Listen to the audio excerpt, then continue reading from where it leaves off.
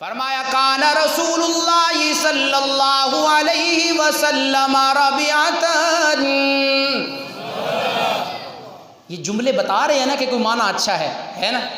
فرمایا کان رسول اللہ صلی اللہ علیہ وسلم ربیعتن لا بالطویل ولا بالقصیر بعید ما بین المنکبین کان فی وجہی تدویرون اشکل العین وادعج العینین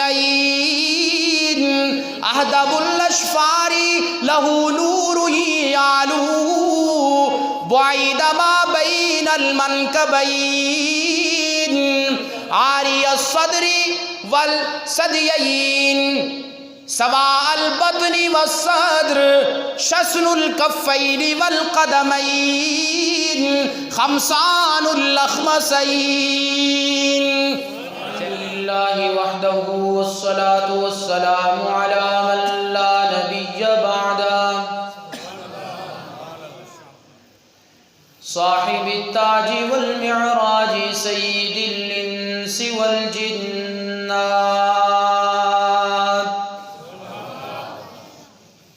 محبوب رب الارض والسماوات الذي اسمه مكتوب في الانجيل والتوراة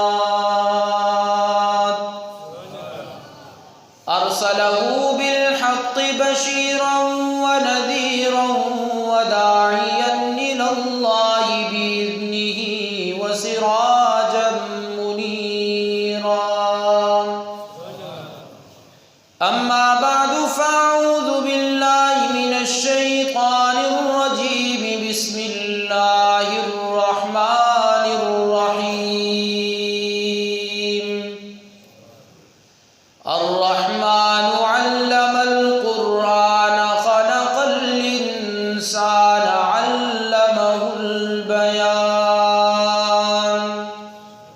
سبحان ربك رب العزة عما يصفون وسلام على المرسلين والحمد لله رب العالمين. اللهم صل على محمد وعلى آل محمد افضل صلواتك بعدد معلوماتك وبارك وسلم ثم صل عليه. معزز سامعین کرام، کافی سالوں کے بعد جامعہ دار التوحید و سنہ کے اس خوبصورت پروگرام میں حاضری کا شرف حاصل ہو رہا ہے. چند سالوں سے 27ویں کا پروگرام بھی میرا کسی شہر میں ہوتا ہے، لیکن پچھلے سال جب یہ پروگرام ہوا میں سحری کے وقت واپس گھر پہنچا، ابو جی سے ان کے دفتر میں ملاقات ہوئی.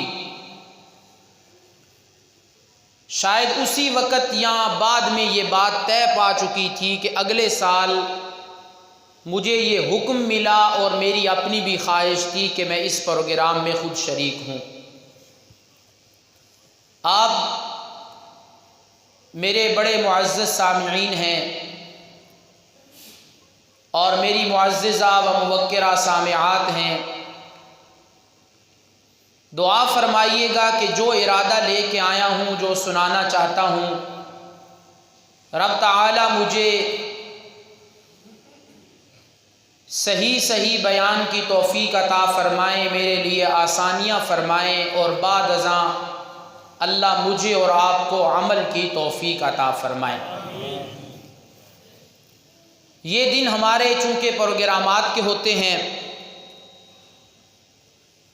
24 کو میں اٹک تھا، کل گجرانوالا، پھر آگے 2 دن بھی کہیں سفر پہ ہوں انشاءاللہ العزیز.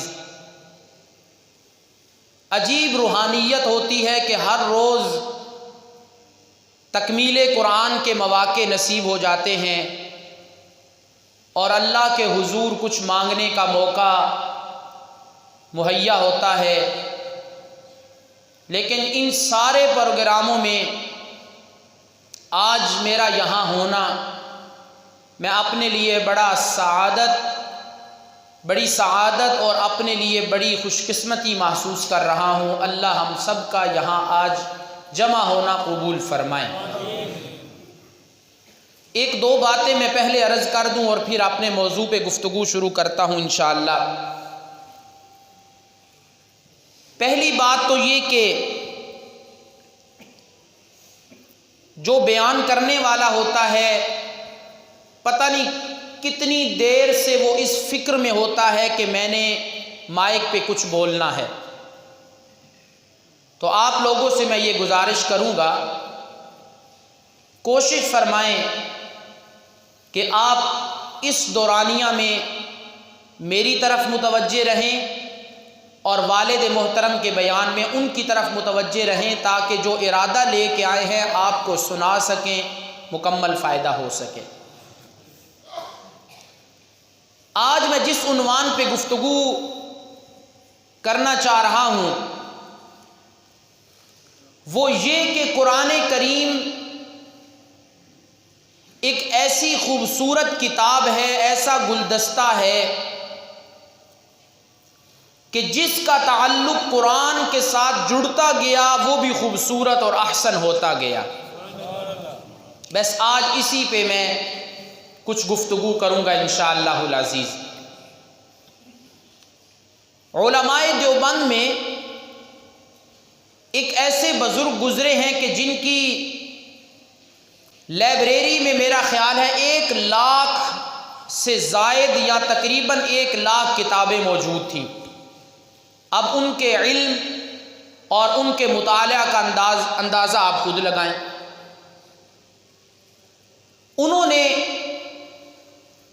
قرآن کریم کی عظمت میں کہیں سے ایک عبارت اٹھائی، ایک جملہ لیا،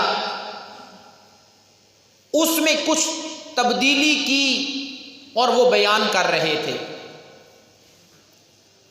میں نے یوں سمجھو کہ اللہ کی طرف سے وہ جملے مجھے نصیب ہو گئے۔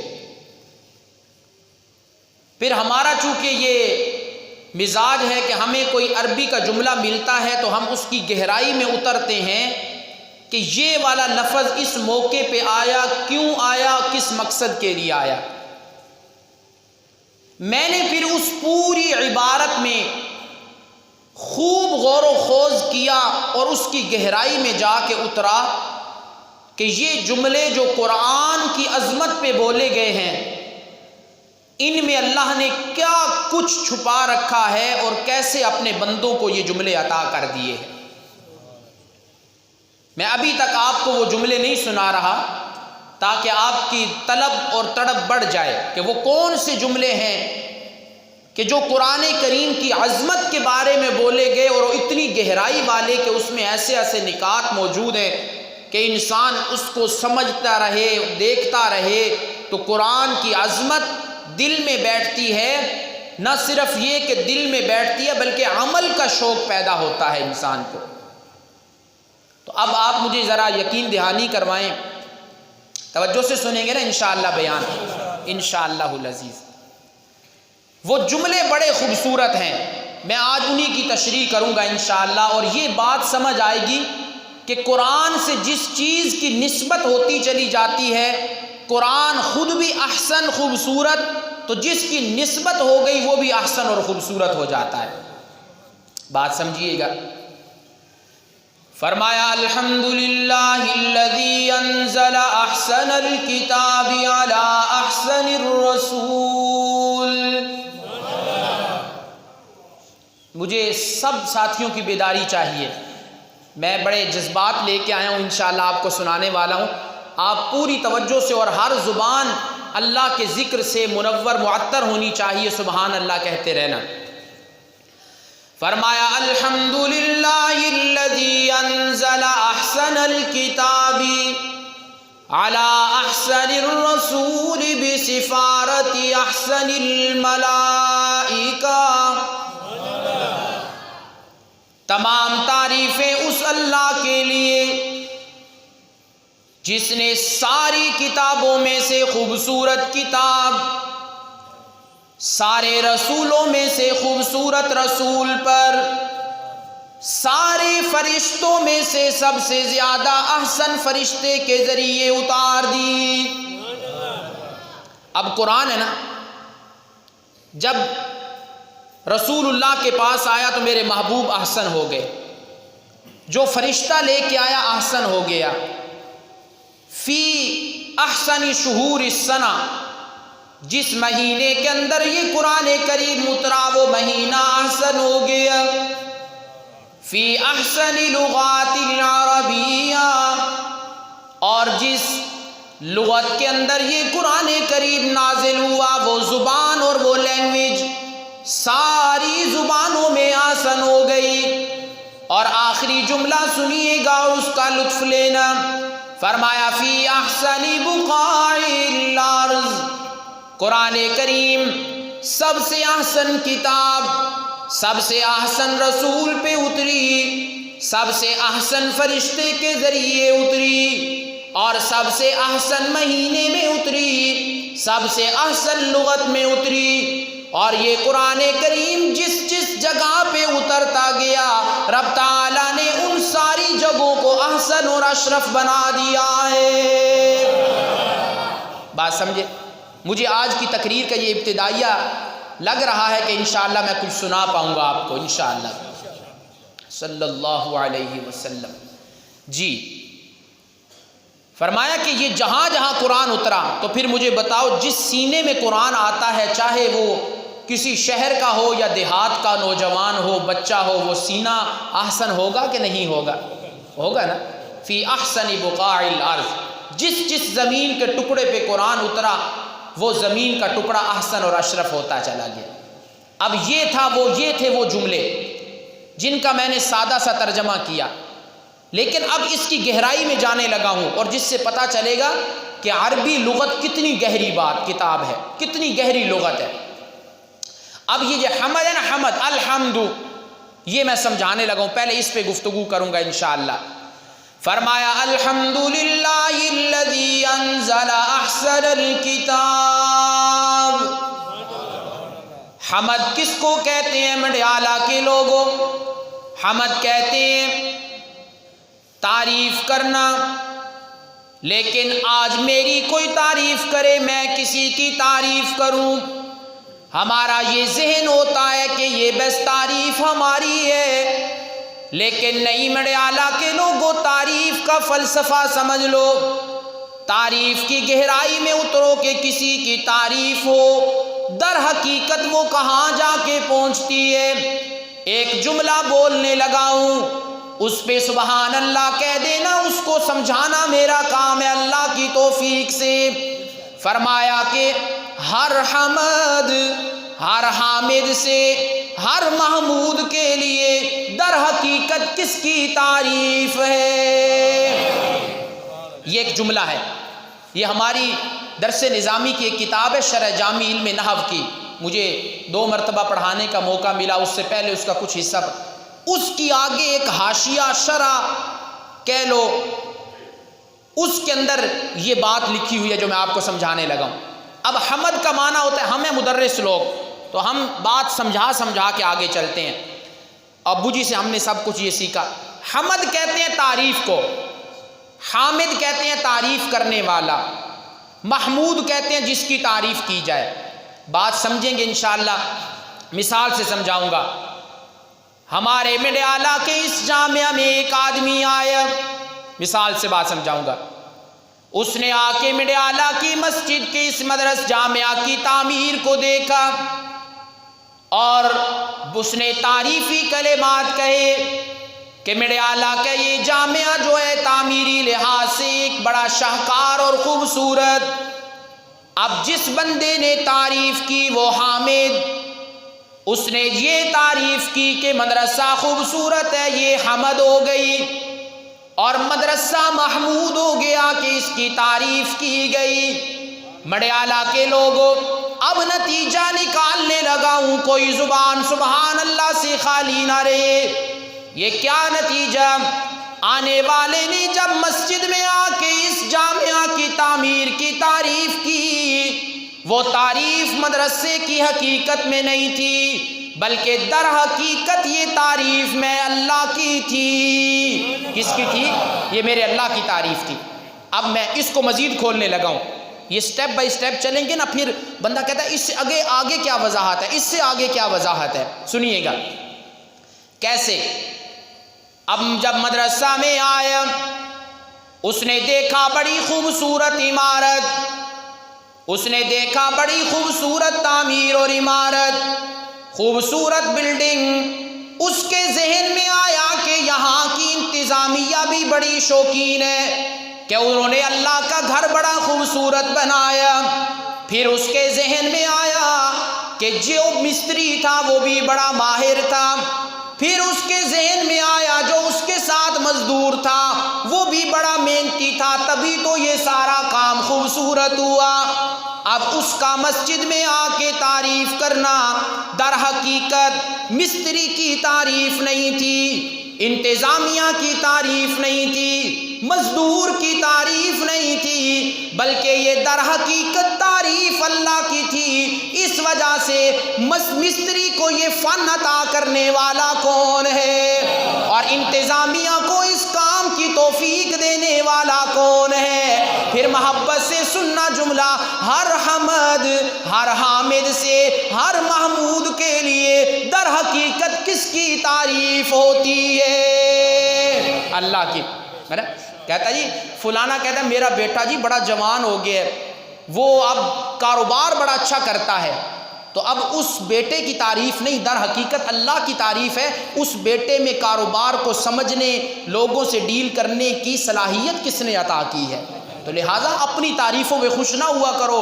فلانا کہتا ہے جی فلاں قرآن بڑا اچھا پڑھتا ہے، نعمت ہے خدا کی الحمدللہ، لیکن در حقیقت یہ ساری تعریفیں کس کی ہیں؟ اللہ کی۔ یہ ہے حمد۔ اب دیکھو نا، ہا میم دال، یہ 3 حرف سے مل کے ایک لفظ بنا۔ ایک لفظ اتنی گہرائی میں گئے تو کتنے مفہوم کو اپنے اندر سمیٹ لیا اس نے۔ لیکن یہ اب آگے میں چلتا ہوں۔ مڈیالہ کے لوگوں، حمد کے اوپر یہ تو پہلا نقطہ میں نے آپ کو سنایا، اب حمد پہ ایک اور نقطہ سن لیجئے اور دل باغ باغ ہو جائے گا۔ میرا ایک مزاج ہے، میں یکدم بات نہیں کرتا، اسٹیپ بائی اسٹیپ کرتا ہوں، اس سے پھر طلب اور تڑپ بڑھتی ہے اور میرے لیے بھی آسانی ہوتی ہے۔ حمد تعریف کرنا، یہ اختتام کے اوپر دلالت کرتا ہے۔ کیا مطلب اختتام پہ دلالت کرتا ہے؟ یعنی جب حمد اللہ کی جاتی ہے تو اس کا مطلب یہ ہوتا ہے کہ پہلے کام پورا ہوا تو پھر تعریف ہو رہی ہے۔ بات سمجھے؟ دلیل دوں، بڑی عام فام دلیل ہے، سارے کھاتے پیتے ہیں نا ہیں۔ اب دیکھیے گا، ہم نے جب کھانا ختم کر لیا، ہم نے تعریف کی، الحمدللہ الذی اطعمنا وسقانا وجعلنا من المسلمین۔ اب حمد کب ہوئی؟ جب کھانا ختم ہوا، ہم بیت الخلا سے واش روم سے قضائے حاجت کر کے باہر آئے، اور قضائے حاجت ختم ہوئی، باہر آ کے ہم نے کہا الحمدللہ الذی اذھب عنی اللذا وعافانی۔ ہم جب سو کے اٹھے، نیند ختم ہوئی، ہم نے کہا الحمدللہ الذی احیانا بعد ما اماتنا والیہ النشور۔ اور قرآن کریم کہتا ہے قیامت کے دن جب حساب و کتاب ختم ہو جائے گا، وَقُضِيَ بَيْنَهُمْ بِالْحَقِّ، حساب و کتاب ختم ہوا، پھر کہا جائے گا الحمدللہ رب العالمین، ہے نا؟ اب یہاں تک کیا بات سمجھ آئی؟ جہاں میں پہنچنا چاہتا ہوں وہ اس سے آگے ہے۔ یہاں تک کیا بات سمجھ آئی کہ حمد کب ہوتی ہے؟ جب کام ختم ہو جائے۔ حمد کب ہوتی ہے؟ جب کام۔ اب میں جو آگے ایک نقطہ سنانے والا ہوں نا، کوئی زبان سبحان اللہ سے خالی نہ رہے، کیونکہ میں اپنے ایک مسلمانوں کے ایک عقیدے کی طرف اشارہ کرنے والا ہوں۔ سنیے گا بڑے اعلیٰ کے لوگوں، میرے ساتھ جواب دینا اس کا۔ کھانا ختم ہوا تو کیا ہوئی؟ حمد بولو، کیا لفظ بولو گے؟ حمد۔ توجہ کرنا، کھانا ختم ہوا تو کیا ہوئی؟ قضائے حاجت کر کے باہر آئے تو کیا ہوئی؟ سو کے اٹھے تو کیا ہوئی؟ اور جب فیصلہ ہو جائے گا قیامت کے دن، حساب و کتاب سب کا ہو جائے گا، پھر کیا ہوگا؟ حمد۔ معلوم ہوا حمد ہوتی ہے جس وقت اختتام ہو جاتا ہے کسی چیز کا۔ بڑے اعلیٰ کے لوگوں، میرے اس جملے کا مول پا لینا، نبوت چلی حضرت آدم علیہ السلام سے، نوح کو ملی، حضرت ابراہیم، موسیٰ اور عیسیٰ کو ملی، لیکن کسی کے نام میں حمد والا مادہ کوئی نہیں تھا، کیونکہ ابھی نبوت ختم نہیں ہوئی تھی۔ جب آخری پیغمبر آئے، نام محمد عطا کیا گیا، حمد والا مادہ آیا، سمجھ جاؤ کہ رب تعالیٰ نے رسول اللہ پہ آ کے ختم نبوت پوری کر دی ہے نا؟ بات سمجھ گئے؟ تو اب ہم کھانا کھاتے ہیں، اس کے بعد جو دعا پڑھتے ہیں، اللہ کی تعریف ضرور ہے، حقیقت میں رسول اللہ کی ختم نبوت کی دلیل ہے۔ ہم سو کے اٹھ کے دعا پڑھتے ہیں الحمدللہ، ہر نماز میں ہم سورہ فاتحہ الحمدللہ سے شروع کرتے ہیں، اللہ کی تعریف ضرور ہے، لیکن در حقیقت رسول اللہ کی ختم نبوت کی دلیل ہے۔ میں بات سمجھے نا؟ محمد حمد سے بنا، کسی نبی کا نام حمد نہیں ہے، رسول اللہ کا نام حمد ہوا، اور حمد آخر میں ہوتی ہے۔ اللہ نے کہا نبوت کا سلسلہ بند، محمد نام دلیل ہے کہ آخری پیغمبر خود رسول اللہ ہے۔ کہو سبحان اللہ، ہے نا بات؟ ہم دیکھو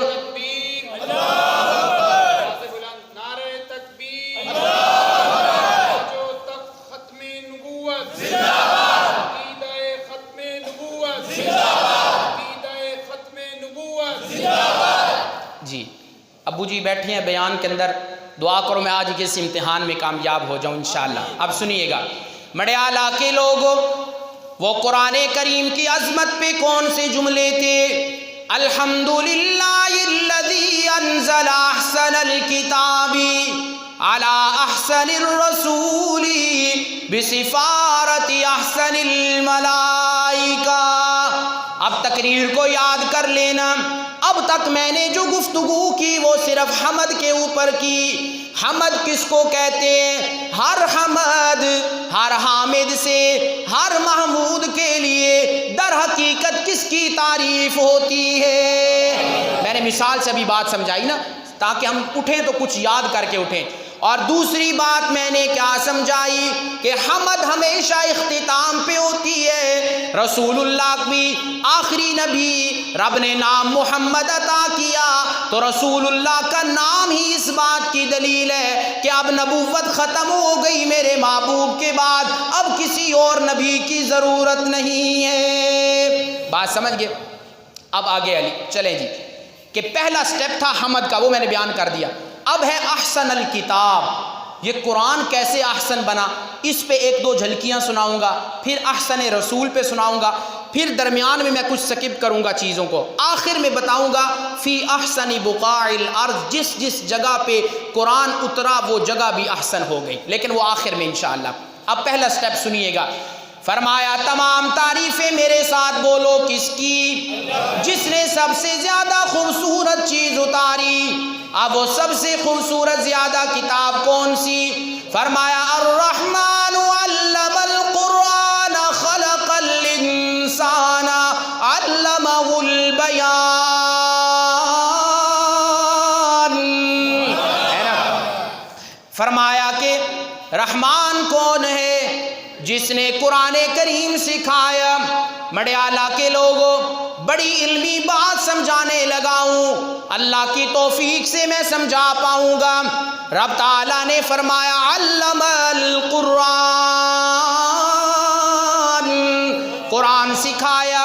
مولا کس کو سکھایا یہ تو کوئی نہیں بتایا۔ یہ علماء کی اگر مجلس ہونا تو وہاں یہ لفظ بولے جائیں گے کہ علمہ متعدی بدو مفعول، لیکن آپ کے لیے میں آسان کر رہا ہوں۔ رب تعالیٰ نے ایک چیز ذکر کی کہ میں نے قرآن سکھایا، مولا یہاں یہ تو کوئی نہیں بتایا کس کو سکھایا۔ رب تعالیٰ نے قرآن کریم کی اس آیت کی گہرائی میں ہمیں یہ نقطہ سمجھا دیا، اے میرے بندے میں سب سے پہلے قرآن کا معلم اور استاد ہوں۔ دنیا میں جو قرآن کا استاد ہوتا ہے اس کے شاگرد صرف کون ہوتا ہے؟ امتی ہوتا ہے۔ اس کا شاگرد صرف بشر ہوتا ہے، مرد ہوں گے یا خواتین ہوں گی، لیکن رب فرماتے ہیں میں قرآن کا سب سے پہلا امتی ہوں، معلم ہوں۔ میرے شاگردوں میں سب سے پہلے میں نے جبرائیل کو قرآن سنایا تو نوری بھی میرے شاگرد بن گئے، میں نے سب سے پہلے قرآن نبی کو عطا کیا تو نبی بھی میرے شاگرد بن گئے۔ اللہ فرماتے ہیں کوئی ایک میرا شاگرد ہو تو میں کہتا یہاں کہ میں نے کس کو سکھایا، ٹھیک ہے، ایک بات یہ سمجھ آئے۔ اب دوسری بات یہاں سمجھنا، رب تعالیٰ نے فرمایا الرحمن علم القرآن خلق الانسان علمہ البیان۔ رب تعالیٰ نے فرمایا دنیا کے اندر میں نے اپنے بزرگوں سے قرآن پڑھا اور کسی نے کسی سے پڑھا، کوئی حضرت شیخ القرآن رحمہ اللہ کا شاگرد، کوئی مولا حسین علی الوانی کا شاگرد۔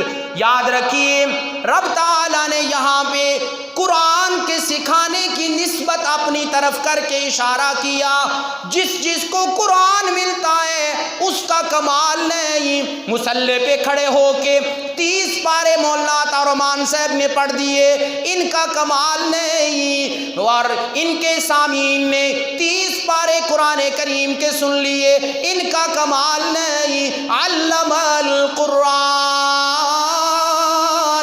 رب نے قرآن سکھانے کی نسبت اپنی طرف کر کے کہا دنیا کے اندر کسی بوڑھے کے سینے میں قرآن رکھ دوں یا کسی 8 سال کے بچے کے سینے میں قرآن رکھ دوں، کسی کا کمال نہیں، سب کمال ہے تو کس کا ہے؟ اللہ کی ذات کا ہے۔ علم القرآن، فرمایا کسی استاد میں یہ صلاحیت نہیں کہ وہ کسی کو قرآن پڑھا دے، جو بھی پڑھاتا ہے ایک سبب ہے، اس سبب نعمت ضرور ہوتا ہے، کمال نہیں ہے۔ کمال کس کا ہے؟ اللہ کا ہے، کہ 8 سال کا بچہ اس پہ تو نماز بھی فرض نہیں، 30 پارے سینے میں محفوظ کر لیتا ہے، فرمائیے اس کے استاذ کا کمال نہیں، اس کا اپنا کمال۔ علم القرآن، میں معلم ہوں، میں نے کمال کیا کہ اس کے دل میں قرآن محفوظ کر دیا۔ کہو سبحان اللہ۔ اب جہاں یہ ہوتی ہے، اب دیکھو نا، علم القرآن، قرآن سکھایا، میں پڑھ کے آگے چلا جاتا، لیکن نہیں، میں نے بھی پھر 6 سال قرآن کریم آپ کے ہی اسی ادارے میں پڑھا ہے نا، کہ ہم ایک علم القرآن 2 لفظوں کی گہرائی میں کتنا اتر گئے۔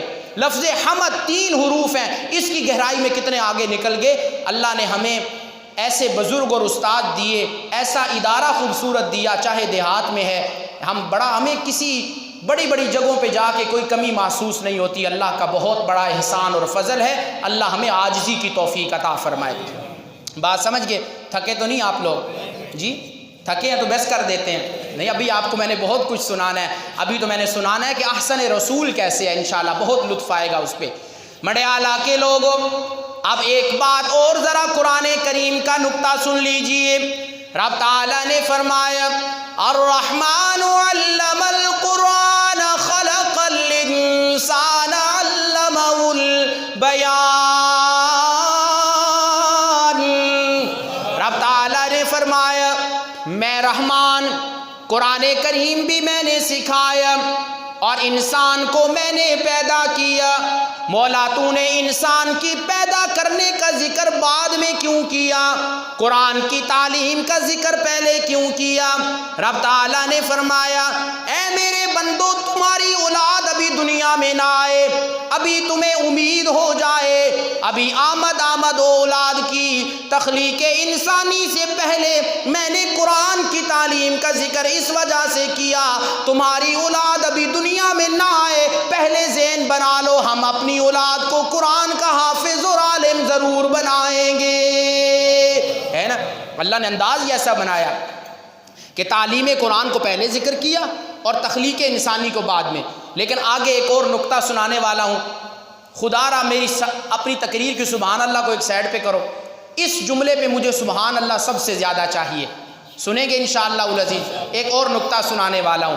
رب تعالیٰ نے سورہ رحمان کے شروع میں فرمایا الرحمن علم القرآن خلق الانسان علمہ البیان. مولا تو نے انسان کی پیدائش کا ذکر کیا، پہلے کہا قرآن سکھایا، بعد میں کہا بیان سکھایا. مولا یہ کیا ہوا؟ رب تعالیٰ نے فرمایا اے میرے بندے ذرا غور و فکر کرنا، آنکھیں میں نے تجھے بھی عطا کی ہیں، آنکھیں میں نے گدھے کو بھی عطا کی ہیں، دل تجھے بھی عطا کیا ہے اور دل میں نے گدھے کو بھی عطا کیا. میں نے جانوروں کو بھی آنکھیں اور دل دے دیے، میں نے جانوروں کو بھی کان دے دیے، لیکن تیرے اور جانوروں کے درمیان بیان اور وضاحت اور فرق تب آئے گا جب علم القرآن، قرآن پڑھے گا تو قرآن سیکھے گا. میں تجھے ساری مخلوقات میں سے ممتاز اور واضح کر کے لوگوں کے سامنے نکھار دوں گا. ہے نا؟ معلوم ہوتا ہے مڈیالہ کے لوگوں، معلوم ہوتا ہے کہ انجینئر بن جاؤ، ٹھیک ہے، ڈاکٹر بن جاؤ، بہت کچھ بن جاؤ، لیکن کمال کوئی نہیں پیدا ہوگا. ہم حقیقی معنوں میں انسان نہیں بنیں گے، حقیقی معنوں میں انسان بنیں گے علمہ البیان. جب قرآن سیکھیں گے تو تب مخلوقات میں سے ہم نمایاں ہوں گے، تب مخلوق. اب چلو اس بات کو میں مزید آسان کرتا ہوں انشاءاللہ، سنیے گا. رب تعالیٰ نے فرمایا خلق الانسان علمہ البیان،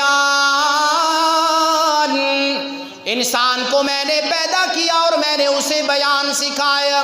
رب تعالیٰ نے فرمایا بیان کا ذکر بعد میں کیا، یہ بات سمجھا دی کہ حقیقی معنوں میں انسان ظاہری آنکھوں سے تو دیکھتا ہی دیکھتا ہے، ظاہری کانوں سے سنتا ہی سنتا ہے. حقیقی معنوں میں انسان تب انسان بنتا ہے جب اپنے دل کی زبان اور دل کے کانوں سے سنتا اور بولتا ہے نا. ورنہ بڑے بڑے سائنسدان ہیں، چاند تک پہنچ گئے لیکن خدا کی سمجھ نہ آئی، ہے نا.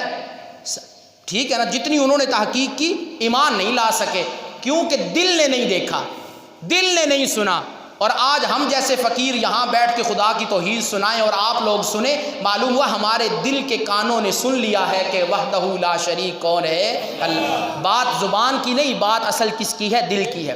ویسے بھی ایک اردو کا شاعر کہتا ہے نا، ہمارے پیر سید شفاء اللہ شاہ بخاری بڑی خوبصورت انداز میں ایک دن پڑھ رہے تھے، دل سے جو بات نکلتی ہے اثر رکھتی ہے، پر نہیں طاقت پرواز مگر رکھتی ہے. اس کے پر کوئی نہیں ہوتے لیکن پرواز اتنی ہوتی ہے. الیہ یصعد الکلم الطیب والعمل الصالح یرفع، کہاں پہنچ جاتی ہے. اب میں بتاؤں کتنی باتیں ہو گئی؟ 2. حمد پہ پھر 2 باتیں کی. انشاءاللہ امید ہے کہ اب جب یہاں سے اٹھیں گے تو یاد کر کے اٹھیں گے. اور دوسرے احسن الکتاب، کہ کتاب سب سے اچھی کیسے، وہ میں نے ابھی آپ کو الرحمن کی چند آیتوں میں سمجھا دیا کہ ابھی انسان کی تخلیق کا اللہ نے ذکر نہیں کیا، پہلے تعلیم قرآن کا ذکر کیا. انسان یہ اتنی خوبصورت کتاب ہے، ابھی اولاد تیری دنیا میں نہ آئے پہلے سے ارادہ کر کے میں انہیں حافظ قرآن اور عالم قرآن بناؤں گا. کہو سبحان اللہ. اور دوسری بات میں نے کیا سمجھائی کہ انسان جتنا بھی عصری تعلیم میں آگے نکل جائے وہ انسان نہیں بنتا. انسان تب بنتا ہے جب قرآن کی تعلیم کو حاصل کرتا ہے. ایک بات کہوں، ناراض تو نہیں ہوگے آپ لوگ، میرے بھائی نعیم صاحب بڑی محبت والے ہیں اور میرے بھائی شاہد صاحب، یہ قرآن پاک اٹھائیں، بازار میں اگر 2000 دکانیں ہیں نا، ہر دکاندار کے پاس قرآن پاک لے کے جائیں، معذرت سے ناراض نہ ہونا، اپنا محاسبہ کرنا. میرا خیال میں 2000 دکانوں میں سے 1000 بندہ مشکل سے قرآن صحیح پڑھ سکے گا، 1000 بندہ مشکل سے قرآن صحیح پڑھ سکے گا. اور قرآن کہتا ہے وَمَنْ أَعْرَضَ عَنْ ذِكْرِي فَإِنَّ لَهُ مَعِيشَةً ضَنْكًا، جس نے میرے قرآن سے منہ پھیرا، پھر تم کہتے ہو ہمارا کاروبار اچھا ہو جائے، ہماری مالی حالت اچھی ہو جائے. اللہ کہتے ہیں پہلے قرآن اچھا کر پھر تیری مالی حالت اچھی کروں گا. یہ تو اس کا فضل ہے کہ ابھی کئی لوگوں کو قرآن اوپر سے دیکھ کے نہیں پڑھنا آتا، اللہ پھر بھی انہیں بھوکا نہیں سلاتا، کیونکہ وہ رحمان ہے نا، وہ اپنوں کو بھی نوازتا ہے، بیگانوں کو بھی نواز دیا کرتا ہے. تو یہ تو تھا کیا جی؟ احسن الکتاب. اب آئیے وہ جملے بھولے تو نہیں آپ لوگوں کو, اب پھر سنو. فرمایا الحمدللہ الذی انزل احسن الکتاب علی احسن الرسول. رب تعالیٰ نے سب سے زیادہ خوبصورت کتاب اتاری سب سے زیادہ خوبصورت پیغمبر کے اوپر. آپ کہو گے مولوی صاحب ذرا یہ تو سنا دو نا کہ سب سے زیادہ خوبصورت پیغمبر کیسے. آؤ بڑے اعلیٰ کے لوگوں, شمائل ترمذی کا تمہیں میں مطالعہ کروا دوں. شمائل پتہ کس کو کہتے ہیں؟ شمائل جمع ہے شمیلہ کی. شمیلہ کہتے ہیں کہ عادت, خصلت, فطرت, بندے کی تخلیق, حلیہ, یہ سارے لفظ اس پہ بولے جاتے ہیں. اب رسول اللہ کا احسن ہونا ذرا دیکھیے گا. میں آپ لوگوں کو بیدار کرنا چاہتا ہوں کیونکہ یہ جو آگے میرے کچھ دیر جملے آنے والے ہیں نا, اس میں کوئی زبان سبحان اللہ سے خالی نہ رہے. نہیں ہوگی انشاءاللہ, محبت سے کو نہیں ہوگی. چلو پہلا جملہ سنا کے دیکھ لیتا ہوں. فرمایا کان رسول اللہ صلی اللہ علیہ وسلم ربیعتاً. یہ جملے بتا رہے ہیں نا کہ کوئی معنی اچھا ہے نا. فرمایا کان رسول اللہ صلی اللہ علیہ وسلم ربیعتاً لا بالطویل ولا بالقصیر بعید ما بین المنکبین کان فی وجہی تدویرون اشکل العین وادعج العینین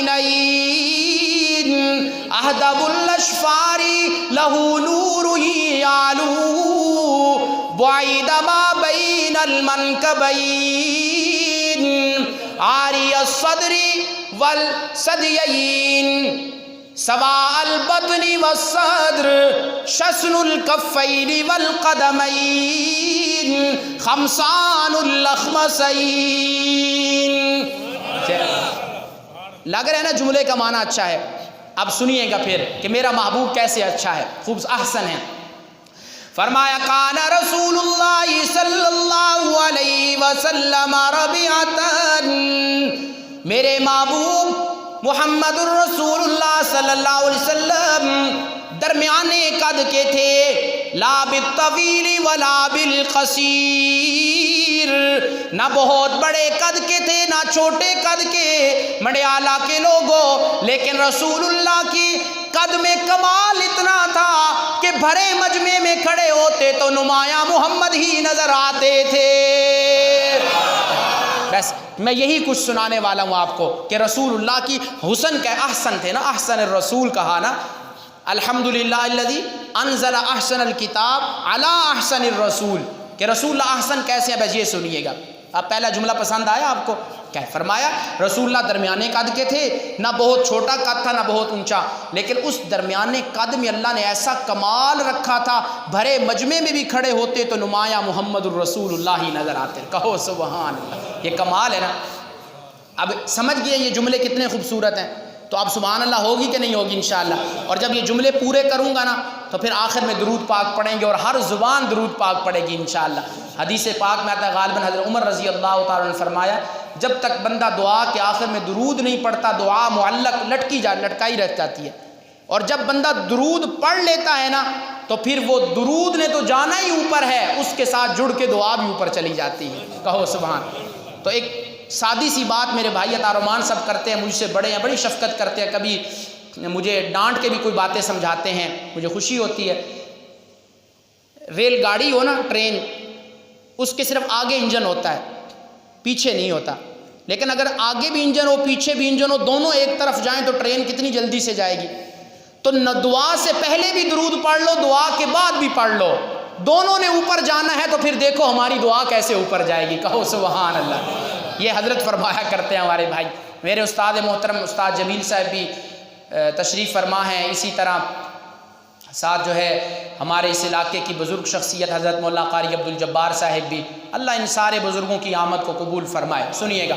کان رسول اللہ صلی اللہ علیہ وسلم ربیعتاً, رسول اللہ درمیانے قد کے تھے، نہ بہت چھوٹا قد تھا نہ اونچا تھا، لیکن کمال اتنا تھا کہ رسول اللہ بھرے مجمع میں بھی نمایاں نظر آیا کرتے تھے۔ فرمایا بعید ما بین المنکبین، رسول اللہ کے دونوں کاندھوں کے درمیان کچھ دوری تھی۔ کیا مطلب؟ کچھ دوری کا مطلب یہ کہ میرے محمد چلتے تھے تو پہلوان نظر آتے تھے، ہے نا بھائی؟ بندہ محنت کر کے پہلوانی بناتا ہے نا، تو اللہ نے میرے محبوب کی تخلیق میں یہ سب کچھ چیزیں رکھ دی تھی۔ بات سمجھا؟ اب آگے چلیے، فرمایا کہ کان فی وجہی تدویر، میرے محبوب کے چہرہ انور میں کچھ گلائی تھی، اداج العینین واشکل العین، میرے محبوب کے آنکھوں میں سفیدی، سیاہی اور سرخ ڈورے کمال کے تھے، ہے نا؟ یہ میرے محبوب کا حسن ہے، یہ میرے محبوب۔ کون کہتا ہے کہ یہ لوگ عاشق رسول نہیں ہیں؟ سنو ہم سے رسول اللہ کا حسن، ہم عربی پڑھ کے رسول اللہ کا حسن سناتے ہیں، سنیے گا۔ اب میں پھر شروع سے پڑھوں گا، پھر آگے چلیں گے، بڑا لطف آتا ہے۔ کانا رسول اللہ صلی اللہ علیہ وسلم ربیعتاً، درمیانے قد کے تھے، بعید ما بین المنکبین، رسول اللہ کے دونوں کاندھوں کے درمیان کچھ دوری تھی کہ پہلوان نظر آتے تھے۔ کان فی وجہی تدویر، چہرے میں کچھ گلائی تھی اور آپ کی آنکھوں میں سیاہی، سفیدی اور سرخ ڈورے بھی کمال کے تھے۔ سبحان لہو نور یعلو، میرے محبوب کے ناک مبارک سے ایک نور نکلا کرتا تھا جو بہت روشن ہوتا تھا۔ اور آگے فرمایا زخم الراس، میرے محبوب کا سر مبارک خوبصورتی کے ساتھ بڑا تھا۔ زخم القرادیس، میرے محبوب کے جوڑوں کی ہڈیوں کے جوڑ بھی بڑے بڑے اور مضبوط تھے، پہلوان لگتے تھے نا، چلتے تھے، کفر پہ لرزہ طاری ہوتا تھا۔ میں پڑھ رہا تھا ایک جگہ پہ کہ رسول اللہ صلی اللہ علیہ وسلم جب غزوہ پہ جایا کرتے تھے نا، جہاں جاتے تھے عموماً رسول اللہ کو دیکھ کے ہی دشمن بھاگ جایا کرتے تھے، اور میرے محبوب پھر 3 دن وہاں رہتے تھے اور وہاں پہ تبلیغ کا کام کیا کرتے تھے۔ سروزہ ثابت ہو گیا جی، 3 دن وہاں رہ کے تبلیغ کا کام کیا کرتے تھے، لوگوں کو اسلام سمجھاتے تھے اس جگہ پہ جہاں کفار ہوتے تھے، مشرکین ہوتے تھے۔ اب سنیے گا، فرمایا کان فی وجہہ تدویر، رسول اللہ کے چہرے میں کچھ گلائی تھی، میرے محبوب کا سر مبارک خوبصورتی کے ساتھ کچھ بڑا تھا، بڑا پیارا لگتا تھا، میرے محبوب کے جوڑوں کی ہڈیاں بھی بڑی مضبوط اور بڑی بڑی تھیں۔ شسن الکفین والقدمین، رسول اللہ کے ہتھیلیاں اور پاؤں بھی کچھ موٹے پرگوشت تھے، بڑے پیارے لگا کرتے تھے، کہو سبحان۔ اور فرمایا دقیق المسروبہ وفی روایت ذو مسربہ، میرے محبوب کی سینے سے لے کے ناف تک بالوں کی باریک دھاری تھی، بڑی خوبصورت لگا کرتی تھی۔ اگلا جملہ سنیے گا اور داد دے دینا، انور المتجرد، میرے محبوب کے جسم کا وہ حصہ جو کپڑوں میں چھپا ہوتا تھا اور جو ظاہر ہوتا تھا، دونوں ہی چمکدار تھے، ہے نا؟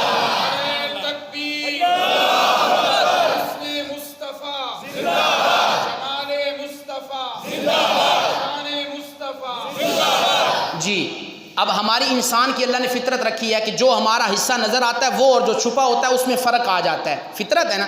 لیکن فرما انور المتجرد، میرے محبوب کے جسم کا وہ حصہ جو کپڑوں میں چھپا ہوتا تھا اور جو ہر وقت ظاہر نظر آتا تھا، دونوں کا رنگ برابر تھا، کہو زبان۔ اور فرمایا عاری الصدری والثدیین، میرے محبوب کی چھاتی اور میرے محبوب کا سینہ بالوں سے خالی تھا۔ سوال بطن والصدر، میرے محبوب کا پیٹ اور میرے محبوب کا سینہ دونوں برابر تھے، بات یہ میرے محبوب کا حسن۔ لیکن اب چند باتیں آگے بڑی دلچسپ آنے والی ہیں۔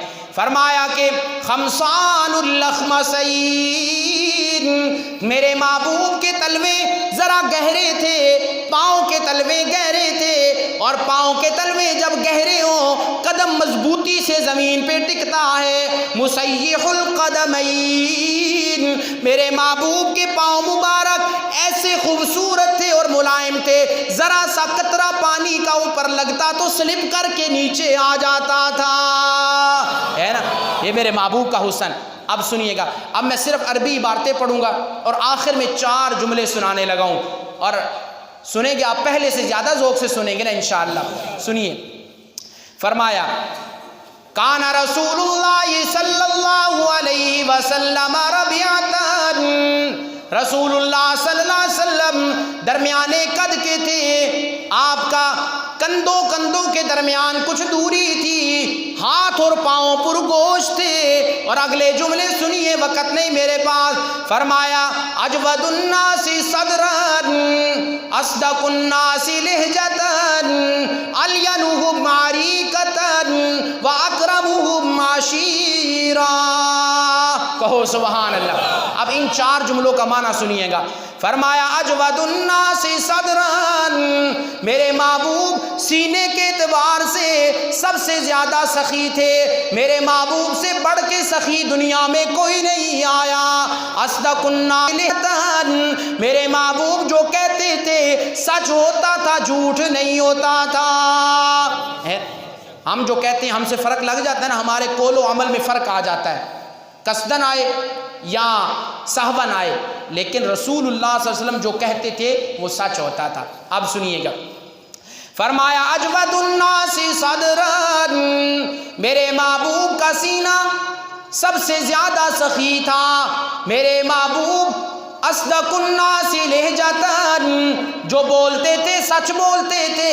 اگلا جملہ سننا، الینہم معریکتا، میرے محبوب اخلاق کے اعتبار سے سب سے زیادہ نرم مزاج تھے۔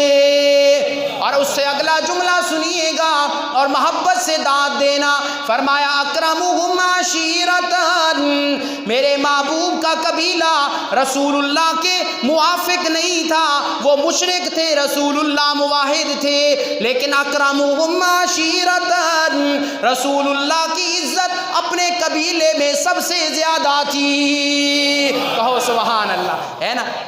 حالانکہ مشن میں اختلاف تھا، آپ کا قبیلہ، آپ کے برادری، آپ کے چچا، آپ کے رشتہ دار مشرک تھے، بلکہ مشرکوں کے سردار تھے، لیکن اکرمہم عشیرتا، عزت پھر بھی رسول اللہ کی تھی۔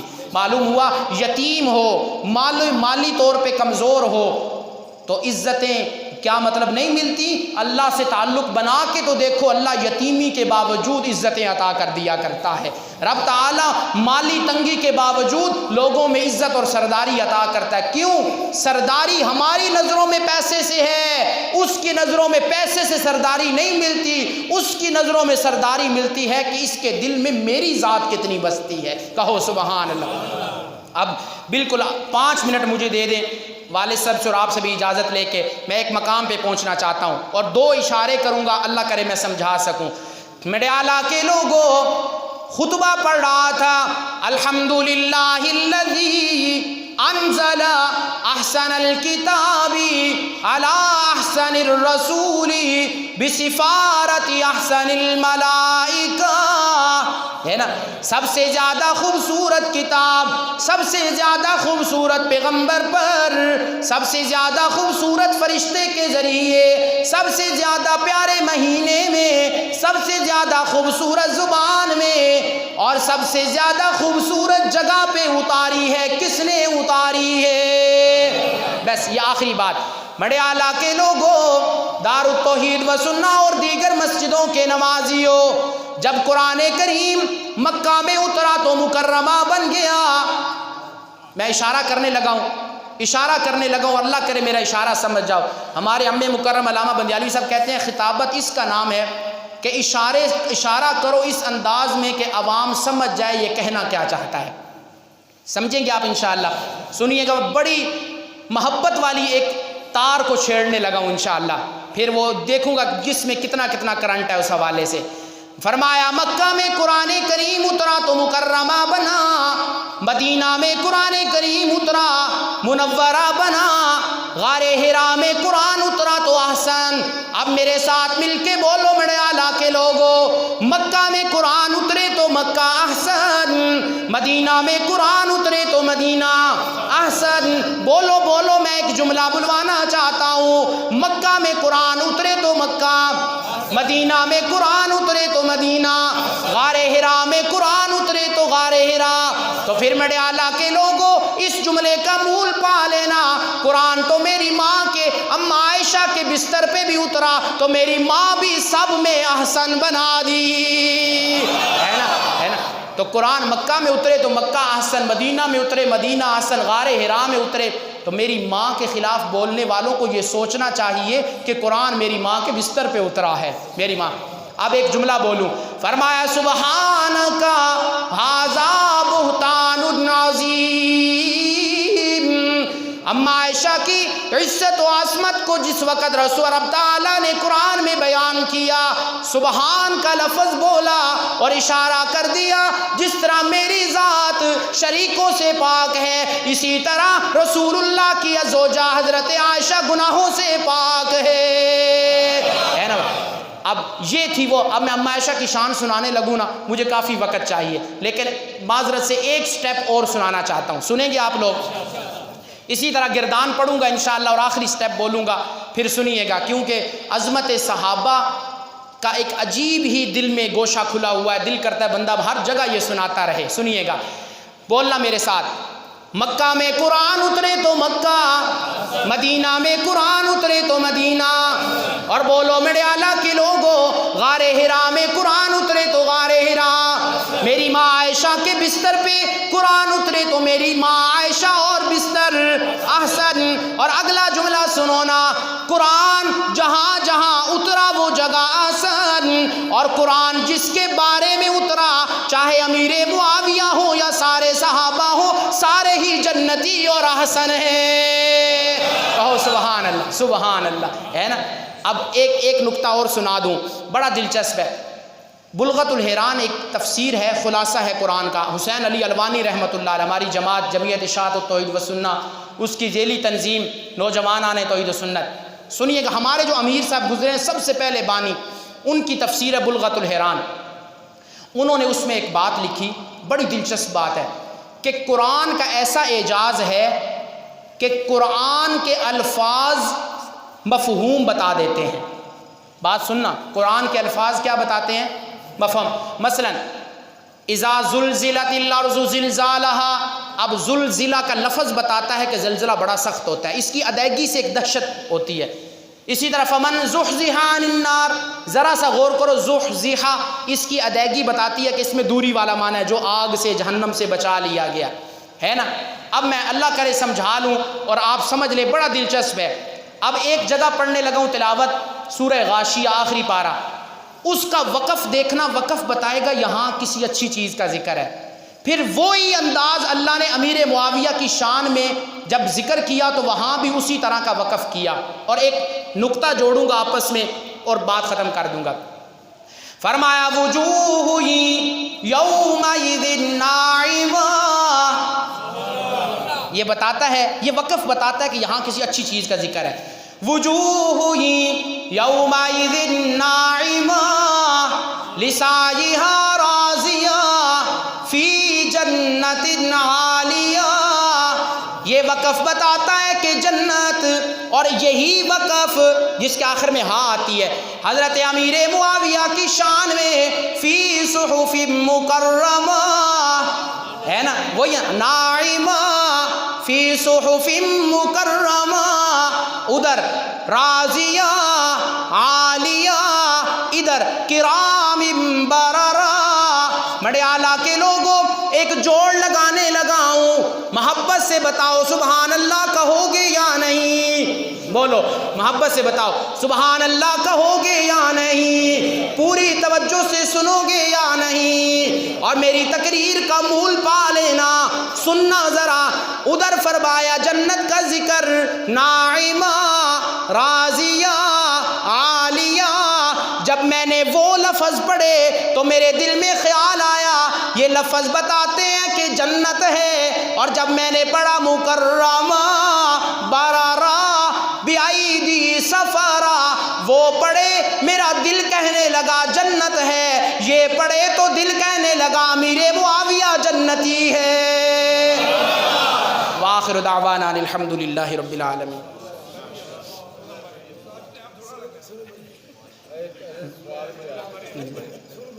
قرآن پاک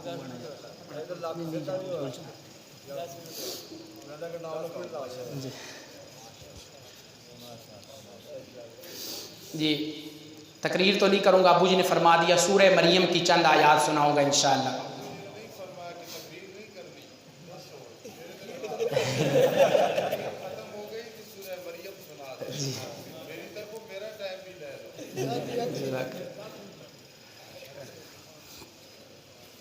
سنیے گا، قرآن پاک کا بڑا لطف ہے۔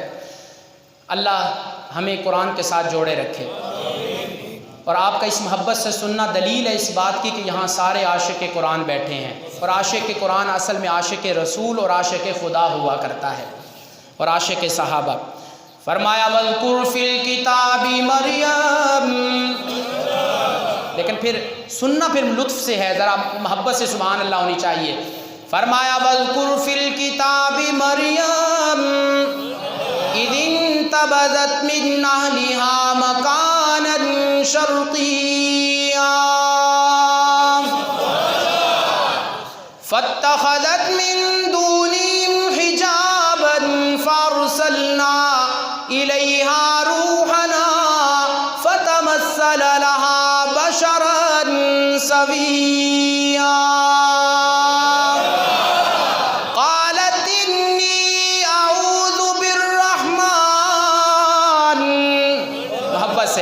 قالت انی اعوذ بالرحمن